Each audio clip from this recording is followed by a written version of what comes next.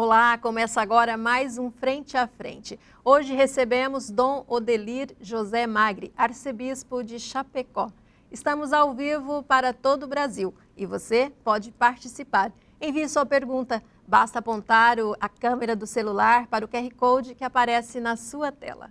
Boa noite, Dom Odelir. É uma honra muito grande receber aqui o primeiro arcebispo de Chapecó. Boa noite, Rosana. Boa noite, Giovana, todos aqui da equipe e também quem nos acompanha de casa, né, nesse momento bonito do Frente a Frente.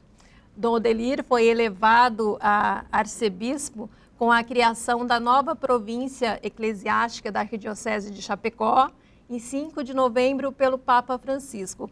Como foi para o senhor receber essa notícia, entrar, né, para a história? E de que forma impacta nessa nova estrutura?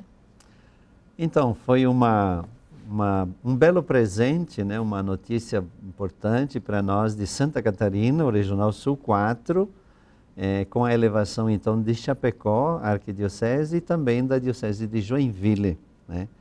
Então, Santa Catarina, que havia uma província somente, né, com a Arquidiocese de Florianópolis, hoje passa a ter 3 províncias. E com esse sentido bonito, né, que o objetivo da criação de uma arquidiocese é essencialmente pastoral, né? Quer dizer, permitir com que aquelas dioceses próximas, no caso de Chapecó, Caçador, Joaçaba e Lages, onde nós teremos, pela proximidade também geográfica e de algumas características da nossa região, poder fazer um trabalho mais em sintonia, discutir juntos e assumir alguns compromissos pastorais, responder a alguns desafios, né? Por isso, esse é o impacto maior, né, que vai acontecer, dizemos, a partir de agora. Para nós também é uma experiência nova. Então, como bispos da província da Arquidiocese de Chapecó, nos reuniremos mais frequentemente, também com outras lideranças, e vamos ver aquilo que a gente poderá juntos fazer um caminho, um trabalho, além daquilo que dizemos, toda Santa Catarina, mas na proximidade e nas características pastorais da nossa região. Sempre juntos. E juntos estamos aqui também com a jornalista Giovana Leonardi. Ela participa aqui do programa e deve ter perguntas para Dom Odelir, né, Giovana? Boa noite, muito bem-vinda.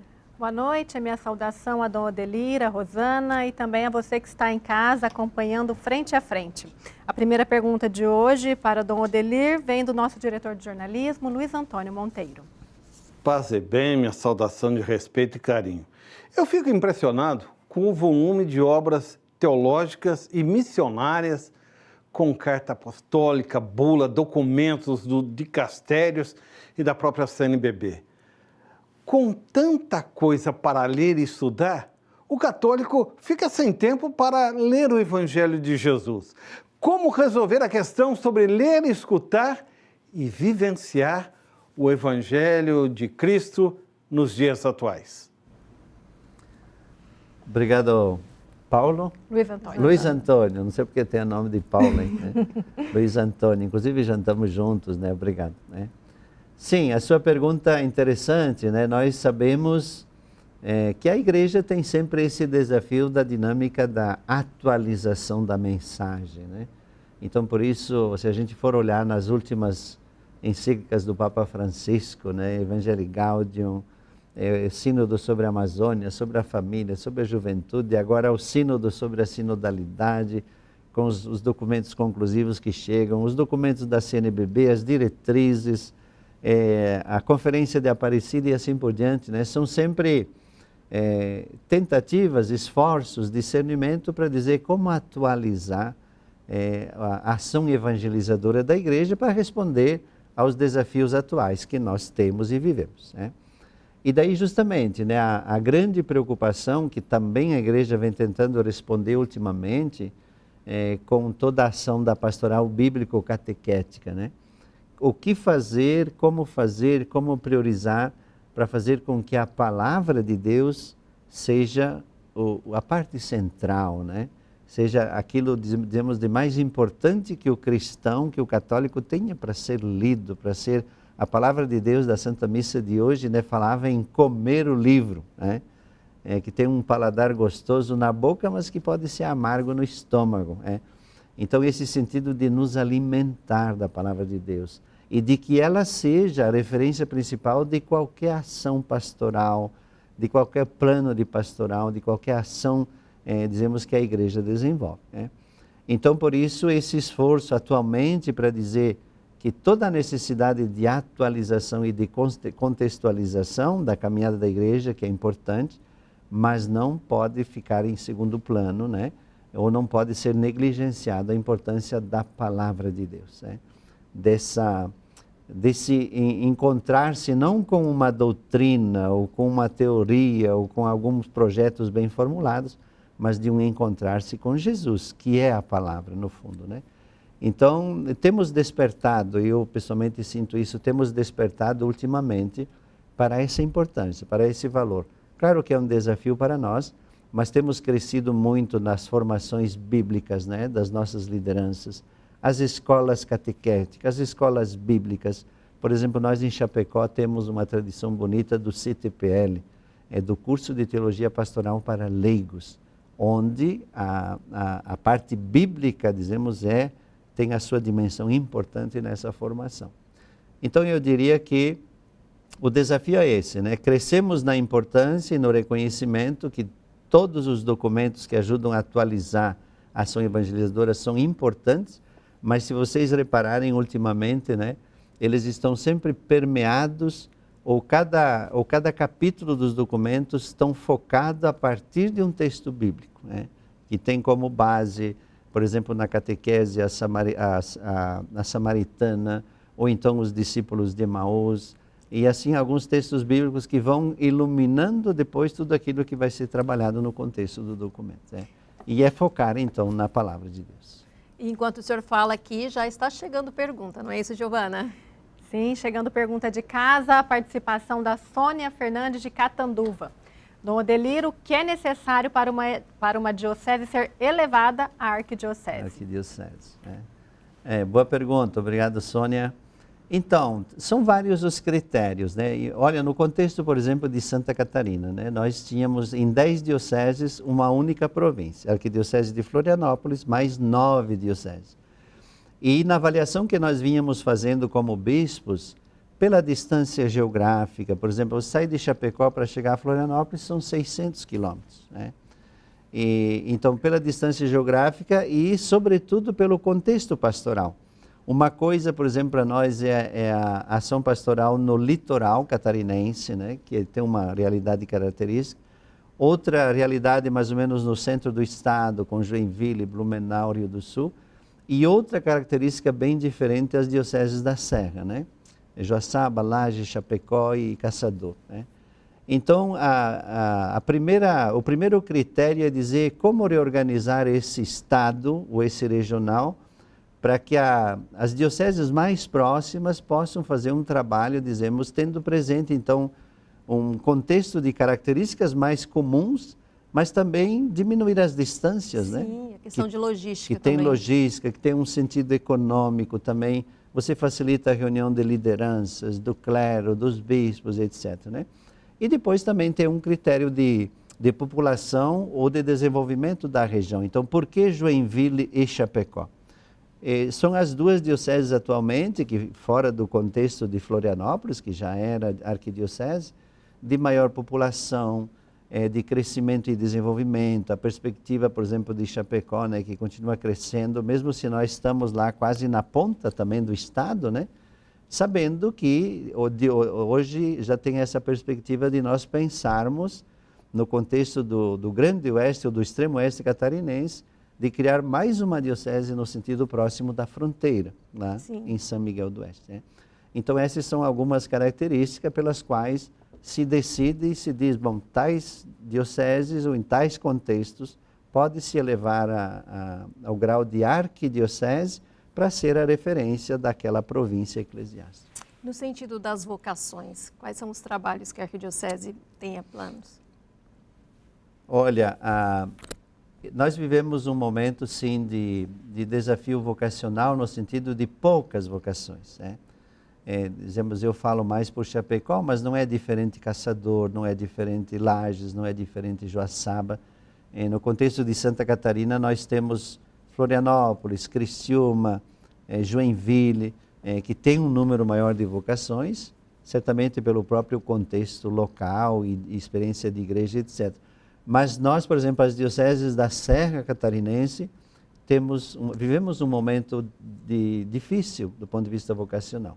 Estamos trabalhando, cada diocese tem sua equipe vocacional, tem padre liberado, tem um esforço que está sendo feito e tem um certo número eu diria, de adolescentes sendo acompanhados, né? Sim. Então, jovens que ainda estão no ensino médio, mas que estão buscando e estão fazendo um caminho. Mas atualmente, poucas vocações, né, poucos estudantes na teologia.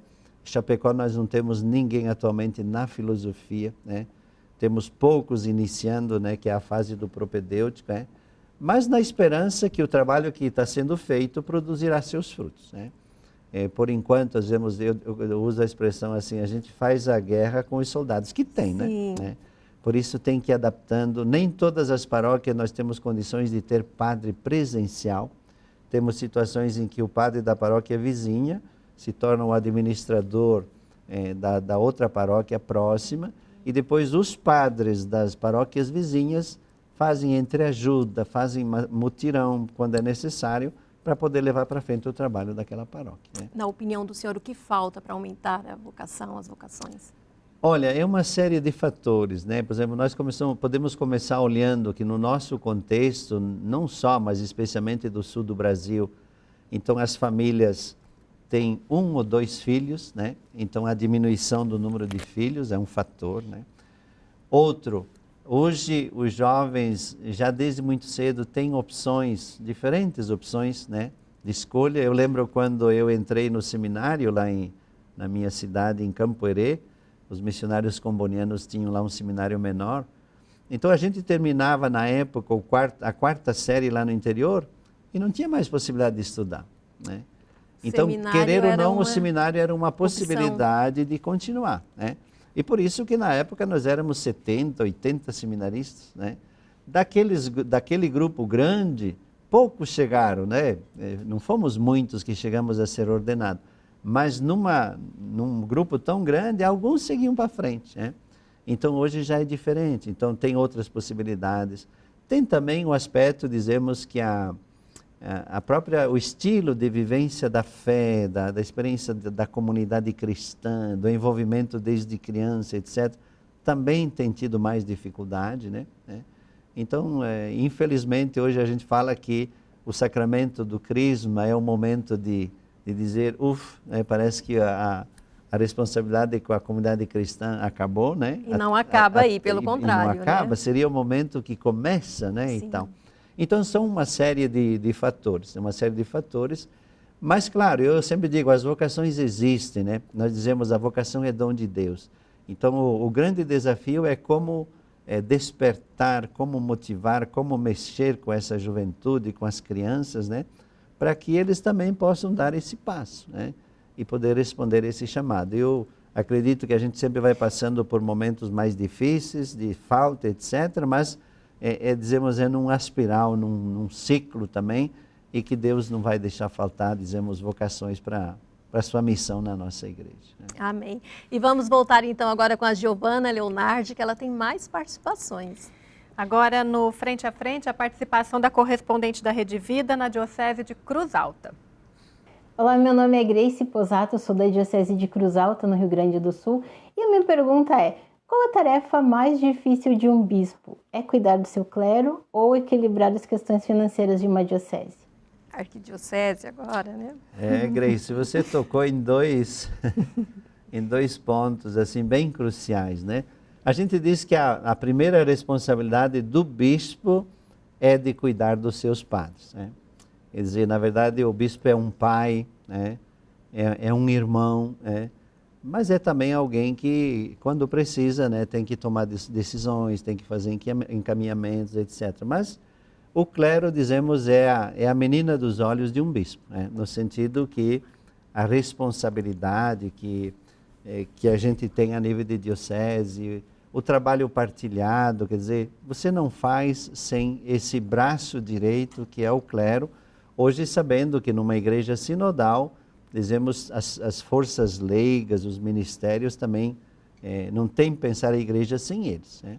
Mas essa é a primeira responsabilidade do bispo. Então, no sentido do cuidado, eu diria hoje, da saúde, da ação evangelizadora, mas da saúde física do clero, da saúde mental e psicológica, né, que tem sido ultimamente também um grande desafio, né? A gente diz assim, como cuidar dos cuidadores, né? E daí Sim. isso vale para o clero, mas vale também para os bispos, né? Porque às vezes a gente Eles tem cuidam da gente também. tem esse desafio que, né, às vezes a gente sempre faz, sempre acha que tem que dar, e daí se você não se cuida também fisicamente, espiritualmente, mas sobretudo fisicamente, psicologicamente, um certo momento, né, ninguém aguenta. Cuida de tantas pessoas, também Ninguém precisam ser cuidados, né? E junto com isso, como a Grace lembrou, o aspecto administrativo, né? Eu sempre disse assim, quando me pediram que vem sempre mais do que um convite, né? Vem um comunicado dizendo, olha, o Santo Padre lhe nomeou bispo de... Mas ninguém perguntou antes, né?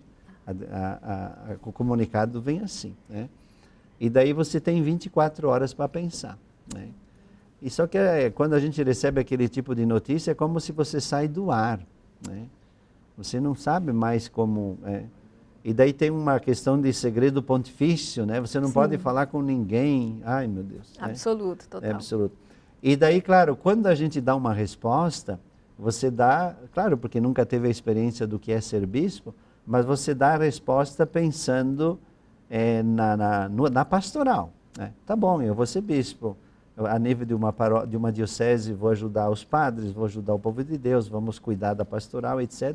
E naquele momento não lhe vem nada na cabeça desse aspecto do administrativo, né?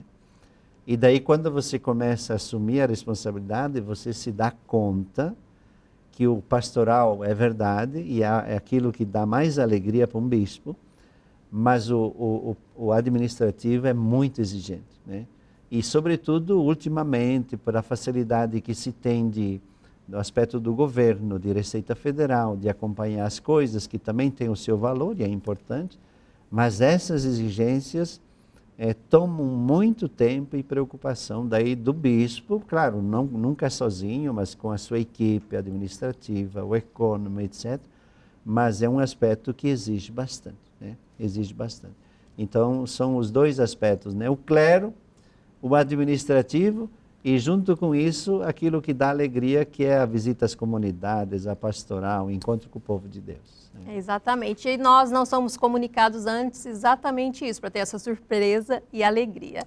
E nós agora vamos para um breve intervalo comercial e voltamos já já. Aponta o seu celular aqui para o QR Code e faça a sua pergunta para o Dom Odelir. Já já nós voltamos. Estamos de volta com Frente a Frente e hoje nós recebemos aqui Dom Odelir José Magri, arcebispo de Chapecó. Dom Odelir, o senhor é um arcebispo comboniano, escolheu a missão, né, para a vida. Como ser um arcebispo e manter esse espírito missionário?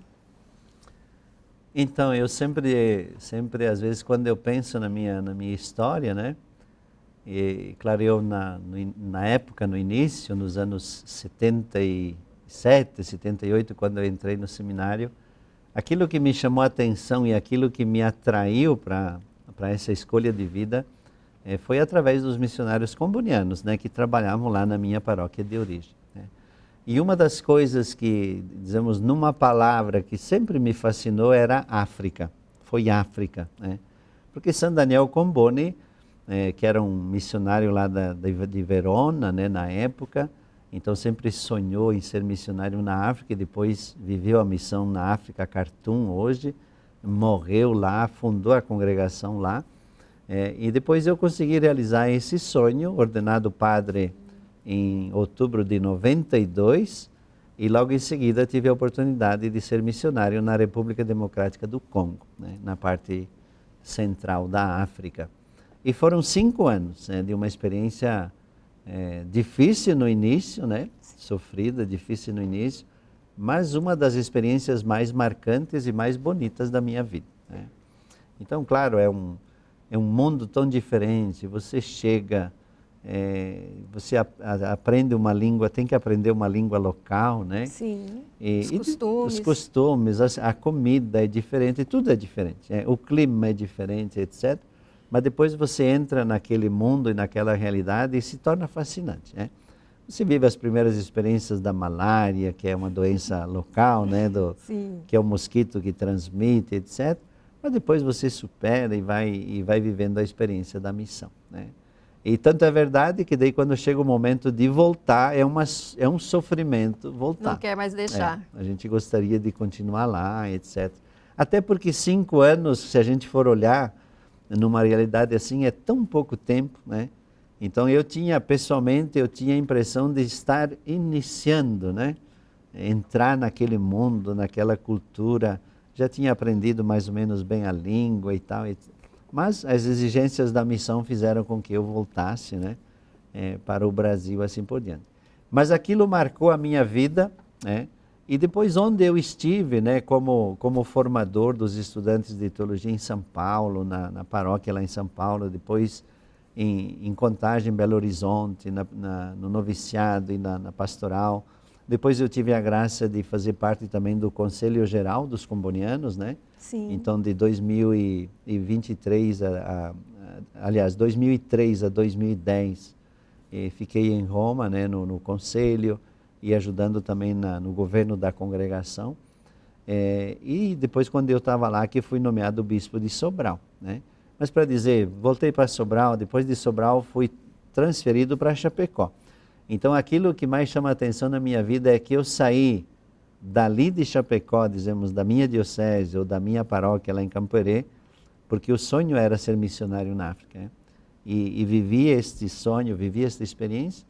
E de repente hoje eu me encontro de novo na minha diocese, né? Como bispo, arcebispo hoje, né? Mas carregando toda essa experiência então da vida missionária, né? Da vida missionária. E por isso lá onde a gente está é o lugar, dizemos, para viver a missão, né? Claro que com situações e realidades bem diferentes, né? Mas todo lugar, ou toda a situação de igreja. E hoje, como arcebispo, né, como bispo, a gente sabe que o bispo é o primeiro responsável, junto com o Santo Padre, né, da missão da igreja no mundo, né? Então, por isso, não só para a nossa diocese, não só para o nosso regional, mas esse abrir-se também para o mundo, né? Para o mundo. E a Giovana, ela tem mais participação aqui, da Giovana. Agora a participação do jornalismo da Rede Vida com Paulo Júnior. Boa noite, Dom Adelir.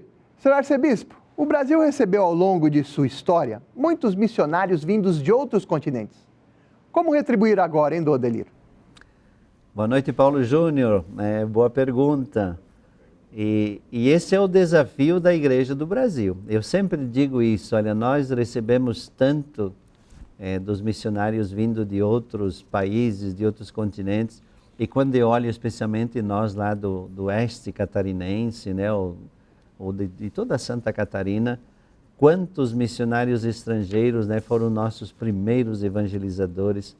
Eu lembro no caso da nossa diocese lá de Chapecó, mas da minha paróquia de origem, lá onde eu fui batizado hoje, missionários da Sagrada Família, Padre Luiz Mull, alemão, né, vindo da Alemanha, que girava aqueles lugares lá a cavalo, né? Passava uma vez por ano, acho, nas nossas pequenas comunidades, celebrando. Foram testemunhos assim fantásticos, né? E claro, isso alimentou a fé, levou a fé para os nossos cristãos, né?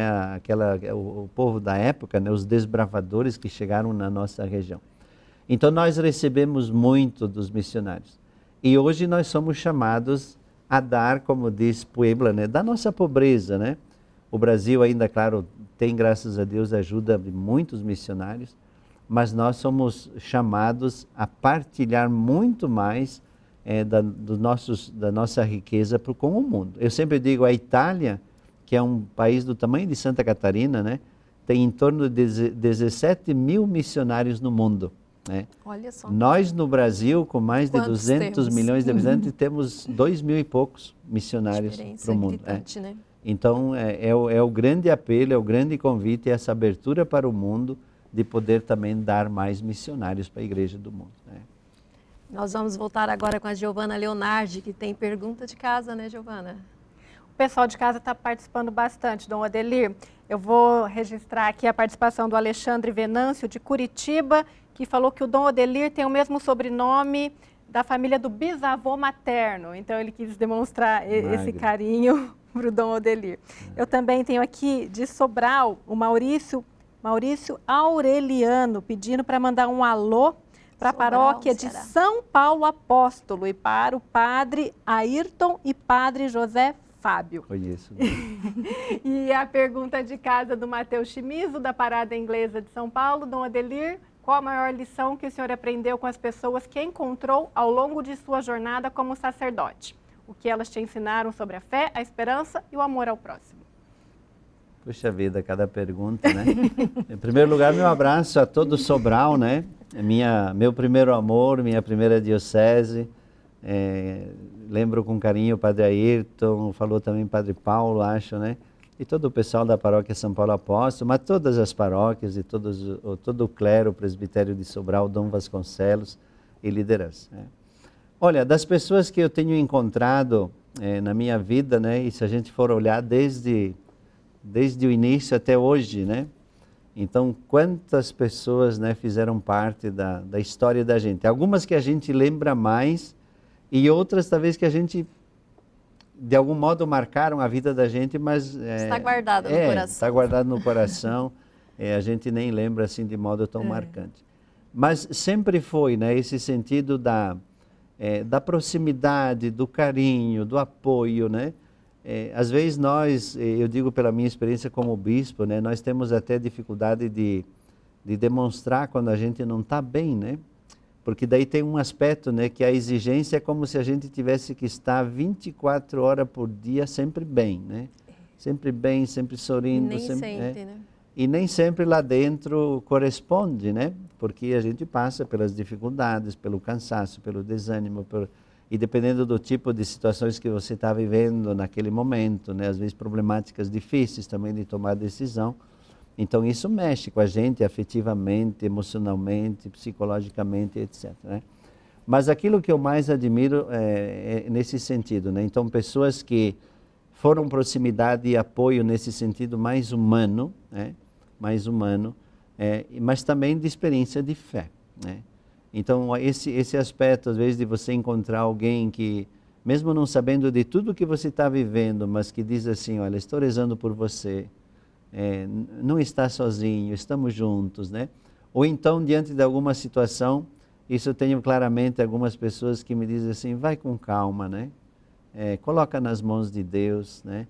E isso é verdade, né? Às vezes está precisando só de uma palavrinha, um incentivo, um carinho, é gostoso, né? Às vezes aquilo que parece uma coisa, uma quebra-cabeça, um bicho que não tem solução, daí de um momento para outro, uma luz aparece, as coisas se resolvem, e aí eu sempre digo, tem o dedo de Deus, né? É Deus, tem o dedo. sim. E Deus se serve, certamente, dessas pessoas que estão mais próximas, que você tem a possibilidade de conviver, de encontrar, para te dar um sinal, né? Para ser um apoio, para ser uma força. É isso que tem mais marcado na minha vida, né?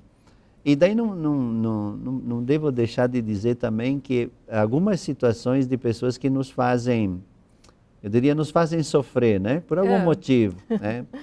Mas que num primeiro momento às vezes é difícil você colher a mensagem daquilo, entender aquilo mas ali, que né? num segundo momento você vê que também aquilo tem um sentido, né?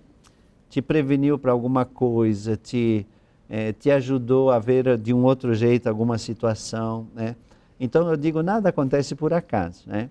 Mas daí você tem que sempre, dizemos, não reagir emotivamente diante das situações, dar o tempo certo e depois as respostas chegam também nesse sentido, né? Com certeza. E a Giovana tem mais participação aqui com a gente, né, Giovana? A Marisa quer saber de Dom Odelir qual é o santo de devoção. A pergunta lá do Piauí, Dom Odelir. Oi, Marisa. Não tem como negar, minha santa de devoção é Nossa Senhora Aparecida. Porque tem um fato ligado à minha família. minha irmã, eu sou o mais velho da família, depois de mim vem a minha irmã, e ela, quando tinha 11 meses, teve paralisia infantil. Né? Imagina, nos anos 60, né? A dificuldade que era, então, o cuidado médico, etc. E na época, papai e mamãe fizeram uma promessa. Então, se tudo desse certo, que ela se salvasse e tal, então teria essa visita ao Santuário Nossa Senhora Aparecida. E na nossa comunidade, na época, tinha uma igrejinha que existe ainda hoje. Nós vamos, como diocese, agora estamos fazendo o passo para transformar aquilo num pequeno santuário, que é o local também onde eu fui batizado, né? Então, essa igrejinha chamava Aparecidinha, né? Aparecidinha. E certamente foi a ligação com essa comunidade que o pai e a mãe devem ter lembrado. Vamos fazer a promessa à Nossa Senhora Aparecida, né? Então, a família, depois minha irmã, graças a Deus, né, ficou com sequela, mas se salvou, tá bem hoje, né? Depois fez cirurgia, usa um aparelho, mas está bem. Mas ficou essa ligação. Então, todo ano, na ocasião de Nossa Senhora Aparecida, frequentar aquela comunidade, e lá eu fui batizado, e depois, claro, teve a ocasião de poder conhecer o Santuário Nossa Senhora Aparecida. Então, já a partir de criança, desde criança na minha família, essa proximidade e essa devoção à Nossa Senhora Aparecida. O senhor acha que essa vivência, o senhor indo com os pais à igreja desde pequeno, isso colaborou para que o senhor recebesse o chamado? Ah, sem dúvida, sem dúvida. Claro que se a gente for olhar na época, nos anos 60, eu sou de 63, né? Então a referência da gente era a comunidade cristã, né? Então nós íamos para o catecismo, íamos para a celebração do culto, íamos quando tinha, né? Nem lembro na época cada quanto tempo, mas para a Santa Missa. E a referência era a comunidade cristã. Então esse crescer nessa presença e frequentar a comunidade, e depois também a referência, dizemos, da vida em casa, da família, a reza do terço, né? Então, seja com o pai e a mãe, mas seja com o vovô e a vovó, né? Tudo isso fez com que a gente crescesse nessa dinâmica bonita de experiência de fé. Que bonito, Dom Odelir. E nós vamos agora para mais um breve intervalo comercial e voltamos já já. Estamos de volta aqui com Dom Odelir, arcebispo de Chapecó. E eu já vou começar aqui chamando a Giovana, porque tem muita pergunta aí, não tem, Giovana? Tem bastante coisa chegando para o Dom Odelir. Nós vamos ouvir agora o Ludmar, ele que é correspondente também da Rede Vida. Sou Ludmar Marques, sou correspondente da Rede Vida na Diocese de Tianguá, no estado do Ceará. Dom Odelir, no mundo de tantos desentendimentos e tantas divisões, como a pessoa aprender a ter fé? Ludmar, você faz pergunta difícil. Então, aprender a ter fé. Dizemos, a fé é sempre a experiência do encontro com alguém, né? Então, nós temos, como dizíamos, lembrávamos agora há pouco, né, essa experiência que nasce da família, da experiência da primeira comunidade.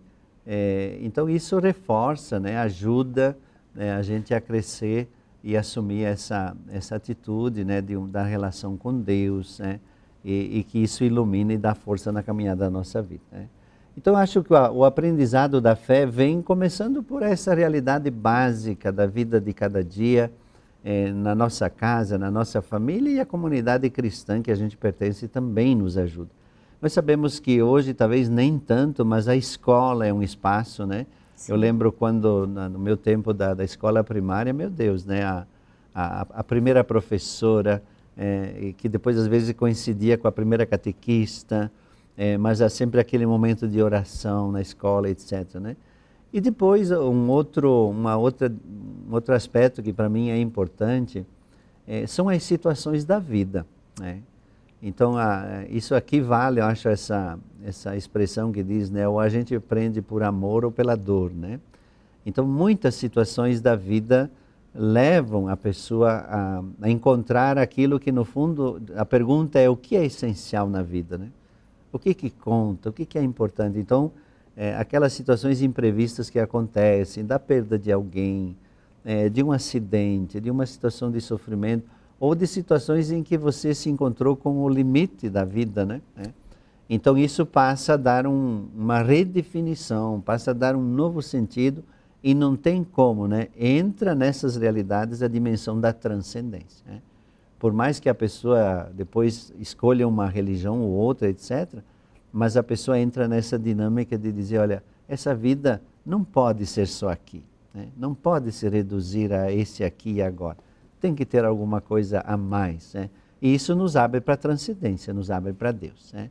Então, acho que é isso que nos ajuda a entrar num caminho de aprendizado da fé e lembrando, como você dizia, né, tanta divisão, tanto desafio, né, e tal, mas isso tudo muito ligado, dizemos, muitas vezes à realidade simplesmente humana, né? Sim. Quando a gente se abre para a transcendência, quando a gente se abre para Deus, a gente também tem mais facilidade de assumir, de enfrentar, de relativizar tudo aquilo que nos distancia no fundo, né?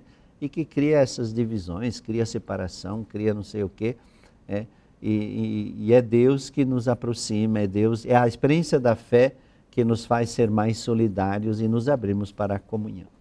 Tudo com Deus se torna mais leve, né? O Dom Odelir, ele foi ordenado bispo em 12 de dezembro de 2010, em Sobral. E de Sobral tem pergunta, não é, Giovana?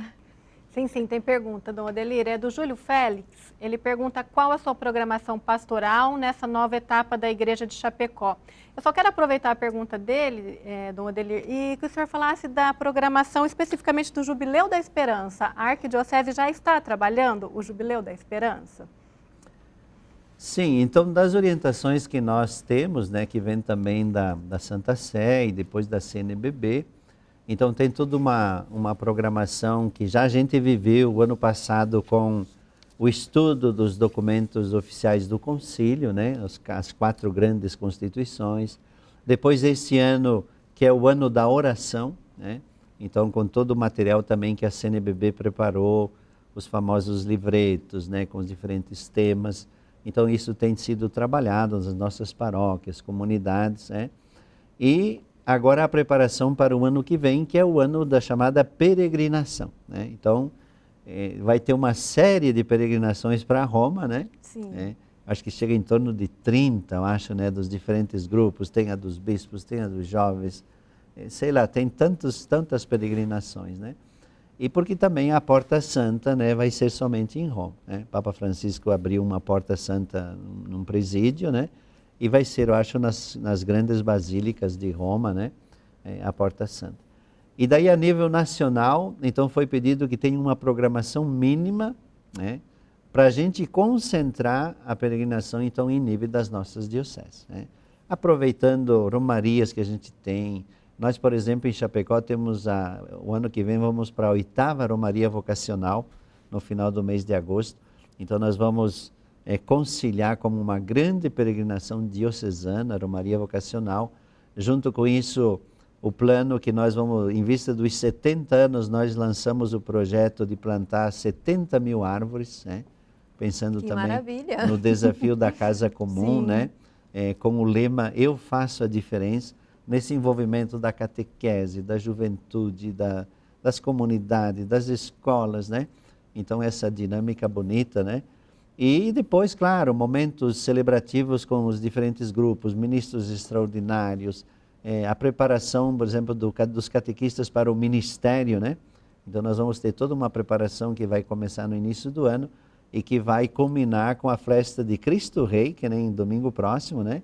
Mas 2025, daí festa de Cristo Rei, para nós fazer o envio do primeiro grupo, da instituição do primeiro grupo de catequistas na diocese, né? Então, uma série de programação que nos coloca nessa dinâmica bonita de celebrar o jubileu com esse tema também bonito, Peregrinos de Esperança. Somos todos. E nós temos muitas participações e por isso eu volto com a Giovana. Sim, agora do jornalismo da Rede Vida em São Paulo, Andressa Oliveira faz a pergunta para o Dom Odelir. Olá, meu nome é Andressa Oliveira, eu sou jornalista da Rede Vida em São Paulo e a minha pergunta é: como a igreja deve utilizar a inteligência artificial no trabalho missionário e evangelizador? Obrigado, Andressa. Um tema de muita atualidade, né? Inteligência artificial. Então, em primeiro lugar, devo dizer que pelo menos para mim, né, para nós, assim, é uma coisa tão nova, né, tão recente. A gente está tendo algumas formações, inclusive essa semana estava em Brasília para o Conselho Permanente da CNBB, uma das temáticas que vai entrar na nossa Assembleia do ano que vem, né? Porque, querendo ou não, a gente precisa entender um pouco mais, ir se preparando. Está presente em tudo, Está né? presente. Mas, sobretudo, falando da inteligência artificial, é essa abertura, dizemos, para a realidade das redes sociais, né, dos meios de comunicação. E nós dizemos assim, o quanto isso abre caminhos, abre portas para respostas a alguns desafios da ação evangelizadora, né? A gente dizia assim, se Jesus tivesse tido na sua época os meios que nós temos hoje, né? Ou se um São Paulo, né, com todo o ardor missionário que tinha, tivesse tido esses meios. Já sem isso eles fizeram milagres, né? Mas daí para nós saber, tem sido trabalhado muito, né, nas nossas dioceses, eu falo pelo Regional Sul 4, Santa Catarina, ou por Chapecó, tem sido trabalhado muito as PASCONs em cada diocese, né, nas nossas paróquias. Você imagina a força que tem, vamos supor, pega a diocese de Chapecó, que tem uma equipe central na diocese para o site, para os meios de comunicação, e daí quando você liga isso com as 46 paróquias da diocese, né?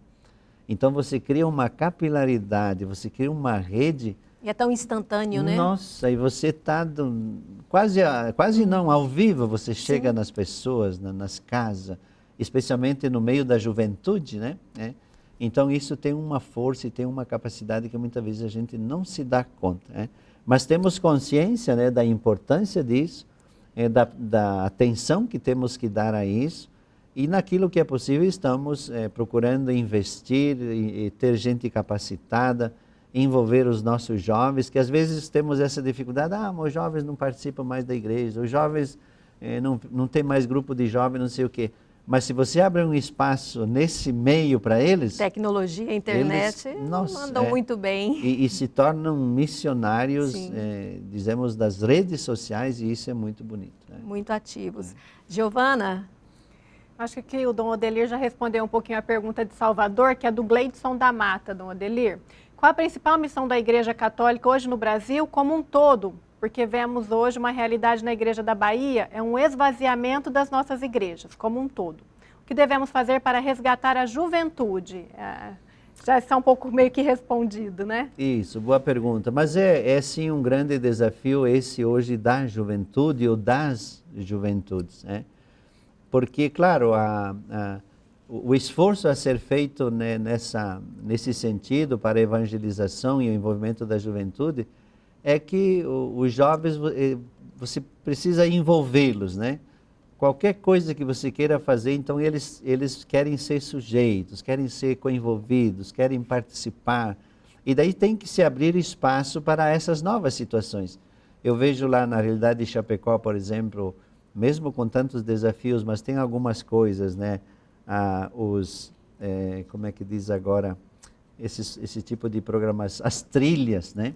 As trilhas têm chamado tanta juventude e têm envolvido, porque são momentos, dizemos, de diversão, de lazer, mas, por exemplo, uma das últimas trilhas que aconteceu na diocese foi sobre o tema da ecologia.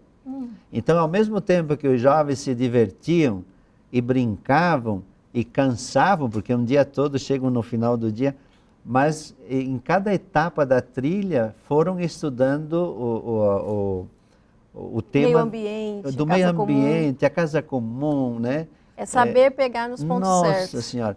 E depois, a partir dali, você envolve essa juventude, né? Dizemos, é como uma isca, né? Eles estão envolvidos na liturgia, estão envolvidos, sobretudo, nas equipes de canto, então, nas atividades, por exemplo, do que nós chamamos as pastorais sociais, esse ir ao encontro de algum projeto concreto, de ajuda de alguma família, de visita a uma casa de idosos, casa de crianças. Então, é um grande desafio, mas que é preciso, então, ir ao encontro dessa juventude, porque daí a dificuldade é que nem sempre eles vêm para a igreja, né? Sim, mas temos você que ir até eles. Tem que ter esses espaços onde você encontra eles e é possível. Por exemplo, uma coisa bonita também que foi feita lá em Chapecó ultimamente, com a irmã que é responsável da pastoral juvenil, a chamada Páscoa Jovem. esses jovens são capazes de viver uma vigília de uma noite, né? Mas com uma celebração tão bonita, por exemplo, assando um cordeiro inteiro, né? E que faz parte da celebração, eles participam, as ervas amargas, eles...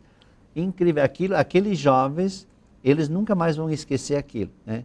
E cada vez que você organizar isso de novo, eles estarão presentes, né? Então é esse desafio, né, que precisa, e a partir dali, claro, sempre depois vem o aspecto da proposta, da vida cristã, do seguimento de Jesus e também o aspecto vocacional. É saber dar continuidade, né? Giovana, temos perguntas? Pergunta de Goiás com o Dionilton. Ele quer saber quando é necessário se confessar e qual a melhor forma de se preparar para uma boa confissão, Dom Odelir. Ô Dionilton, você está querendo se preparar para o advento, né? Então, se confessar a gente sabe, né, que é esse momento em que a gente faz um exame de consciência, né, olhando para a própria vida, né? Então aí, normalmente os critérios são, você vai se perguntar, né, no fundo, os mandamentos sempre são uma referência quando a gente vai celebrar o sacramento da confissão. Mas no fundo as perguntas são essas, né? Como está a minha relação com Deus, né? Então, minha vida de fé, minha vida de oração, minha fidelidade, né, no seguimento disso, na participação dos momentos comunitários, seja da celebração da palavra, seja da Eucaristia, e a vida da comunidade. Como está a minha relação comigo mesmo, né? Porque a fé tem sempre uma implicação também pessoal, também não, especialmente pessoal, né? Então, como essa vivência de fé me compromete, qual é a minha fidelidade, né, no seguir isso, viver isso. Então, relação com Deus, relação comigo mesmo e relação com os outros, né? Então, como está a minha relação no sentido da convivência, com quem está mais próximo de mim, ou no caso a minha família, ou no caso a minha comunidade, ou as pessoas do meu trabalho, né?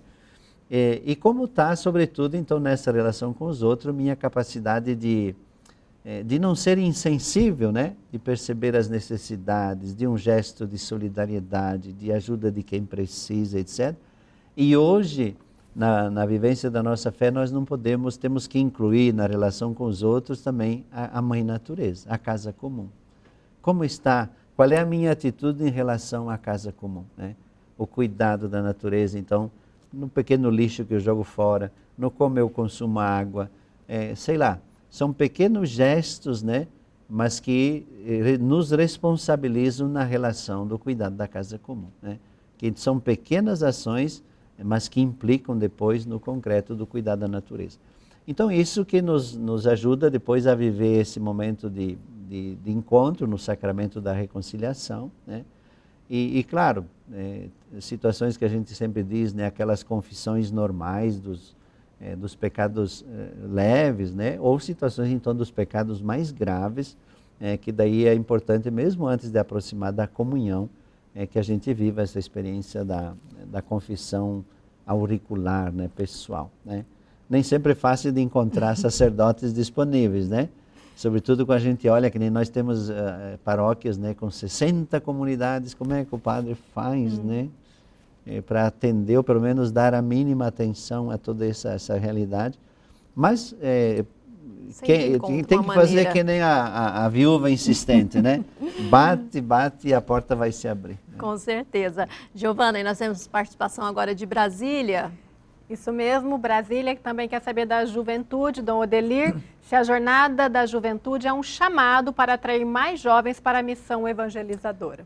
Sem dúvida, o chamado DNJ, né, Dia Nacional da Juventude, ou Jornada para a Juventude, eu sempre digo, são ocasiões, né, são eventos assim mais de massa, né, de grandes grupos, mas que são ocasiões, são atrativos, né? Porque ali você reúne tanta juventude que às vezes vai nesses encontros por vários motivos, né? Ou vai até por causa do convite de um amigo, de uma amiga, etc. Mas ali são ocasiões que sempre depois Deus se serve disso para tocar o coração, né? De um jovem, de outro, nem sempre de todos, né? Mas as jornadas, o DNJ, esses grandes encontros, o próprio retiro com juventude, né? São sempre ocasiões para para mexer. Deus fala e Deus se serve disso para tocar o coração desses jovens, que se envolvem depois na vida da igreja, e alguns também, graças a Deus, né, nessas ocasiões sentem um chamado mais particular, que é para a vida consagrada, para ser sacerdote, e alguns despertam também para a missão como leigos e leigas, né? Nós temos tanta realidade de leigos consagrados, né? E que servem a Deus a partir da sua realidade, do seu trabalho, da sua vida, né? Então é importante. Né? Dom Odelir, muita gente participando aqui conosco. A Giovana agora participa com a gente também, Giovana. Sim, nós temos a participação do Christian Oliveira, ele que é lá de Vila Velha. Olá, amigos da Rede Vida, querido Dom Odelir, paz e bem. Eu sou Christian Oliveira, da Arquidiocese de Vitória do Espírito Santo. Falo especialmente daqui do Convento da Penha, localizado em Vila Velha. Dom Odelir, a minha pergunta é a seguinte: a solenidade do Natal do Senhor exige uma preparação especial para os cristãos? Qual é a orientação? Qual é a recomendação da igreja para vivermos esse tempo? Grande abraço! Olá, Christian, paz e bem.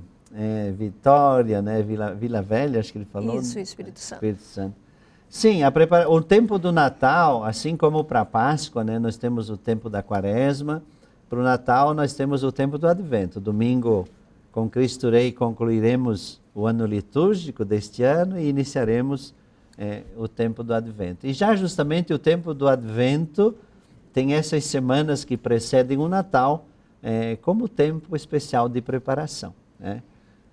Um tempo em que a gente diz assim, bom, está chegando o Natal, parece que o coração das pessoas amolecem, a gente se abre mais para a dimensão da fraternidade, é um momento de família, né? Querer ou não, o Natal é a festa onde de algum modo nos encontramos como família. E aí, do ponto de vista da fé também, existe essa preparação. A própria dinâmica da construção do presépio, né? A gente começa no início do Advento a preparar o presépio, até chegando o dia do Natal, então quando o menino Jesus é colocado na manjedoura. E é um tempo especial, em que a gente se prepara através da oração pessoal, da vida da comunidade. É o tempo também especial para um momento de confissão. É um tempo de se preparar no sentido, às vezes a gente sempre tem uma dificuldade ou outra com alguém mais próximo, da família. É um tempo de aproximação, de reconciliação. Por isso é um período importante. A gente diz assim, é o tempo de preparar a manjedoura. E a simbologia mais bonita que eu gosto, né, e lembro do tempo de criança lá na roça, nesse tempo era o tempo que nós costumávamos lavar a casa. Aquelas casas de madeira, né? Em que a mamãe convidava as vizinhas e um dia lá da semana se fervia o tacho de água e se molhava, se lavava toda a casa, se limpava. E era um dia de festa, um almoço juntos. Então essa simbologia de lavar a casa, porque vai chegar visita, vai chegar parente, é a faxina do ano, etc., é a simbologia de preparar o coração para que o menino Jesus nos encontre também preparados para a grande festa do Natal. Aqui temos a Sagrada Família, que quer simbolizar já esse tempo de preparação para o Natal. Então, como dizia o Christian, né, um tempo bonito, especial, e todos convidados a fazer esse caminho de preparação. Dom Odelir, o senhor agradou a todos. Inclusive, Elvio está assistindo aqui o programa e falou que domingo Mirassol vai jogar contra o Chapecoense, hein? Para encerrar, então, uma mensagem rapidinha. Um tchau. Isso. Lá de Chapecó não tem como não lembrar da Chapecoense. Graças a Deus nós nos salvamos no último jogo com o Coritiba, né? Então a Chapecoense não cai mais. Então acho que nós podemos dar uma bonita ajuda também ao Mirassol, né? Estou dizendo isso sem ter falado com ninguém, né? É um compromisso, né? Mas um abraço a todos, foi muito bom estar com vocês nesse programa. Que Deus continue abençoando a vossa equipe, a Rede Vida, pelo trabalho bonito que faz de evangelização. E que tenhamos toda aí uma boa preparação para o tempo do Natal e que possamos viver uma festa de alegria do Menino Deus que renasce na nossa vida, nas nossas famílias e nas nossas comunidades. Muitíssimo obrigada, obrigada Giovana, obrigada a todos. O nosso Frente a Frente fica por aqui. Até sexta-feira. Um beijo grande, fica com Deus.